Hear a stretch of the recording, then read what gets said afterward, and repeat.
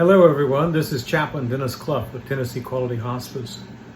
I'm speaking to you today from my home office because of the restrictions brought on by the COVID virus in our area and the pandemic around the world. Sometimes my ability to visit you in person has been limited by the facilities and by the need to just be able to stay apart. But I thank you for allowing me to come to you today in this way, and perhaps this can be a regular feature that I would be able to impart to you some words of encouragement or help. Perhaps someday they will be humorous, someday they will be sad, but whatever, we will work through all of these things together. Some of you may be patients of the hospice, and I have met you before, whether you live in a facility or whether you live at home. Some of you may be caregivers to those patients, and I've just simply been able to speak with you on the phone, or perhaps I've not been able to meet you at all.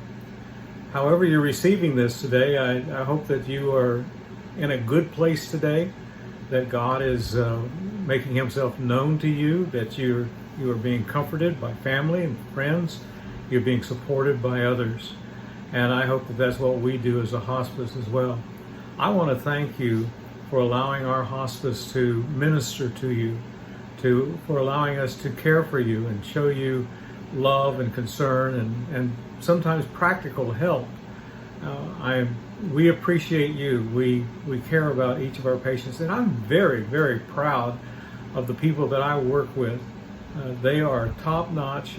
I've never seen a more well-qualified body of workers and people with more heart and more concern for their patients. So I just want to again say thank you. Today I've chosen to read to you a passage from a book that I have called Valley of Vision. It is it's subtitled A Collection of Puritan Prayers and Devotions. Now, I know many of you think that Puritans are things of the past and that they were a very harsh group of people, but they really weren't. They were people that truly were very serious about their walk with God and about praising him and telling him of his greatness. There's a section in here called valediction, and valediction quite simply means an act of saying farewell. This particular valediction is named Earth and Heaven. O Lord, I live here as a fish in a vessel of water, only enough to keep me alive. But in heaven I shall swim in the ocean. Here I have a little air to keep me breathing, but there I shall have sweet and fresh gales. Here I have a beam of sun to lighten my darkness, a warm ray to keep me from freezing. Yonder I shall live in light and warmth forever. My natural desires are corrupt and misguided, and it is thy mercy to destroy them. My spiritual longings are of the planting, and thou wilt water and increase them. Quicken my hunger and thirst after the realm above. Here I can have the world. There I shall have thee in Christ. Here is a life of longing and prayer. There is an assurance without suspicion, an asking without refusal. Here are gross comforts more burden than benefit. There, a joy without sorrow, comfort without suffering, love without inconsistency, rest without weariness.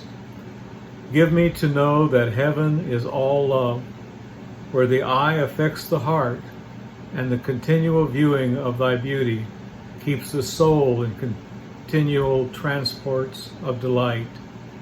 Give me to know that heaven is all peace, where error, pride, rebellion, passion raise no head. Give me to know that heaven is all joy, the end of believing, fasting, praying, mourning, humbling, watching, fearing, repining, and lead me to it soon. I know that that's the prayer of many of your hearts, that soon you will be able to enjoy that eternal home that God has prepared for you. My prayer is for you that you would be strengthened, you would be encouraged, and you will find yourself closer each day to God. Thank you for letting me come to you today. Bye.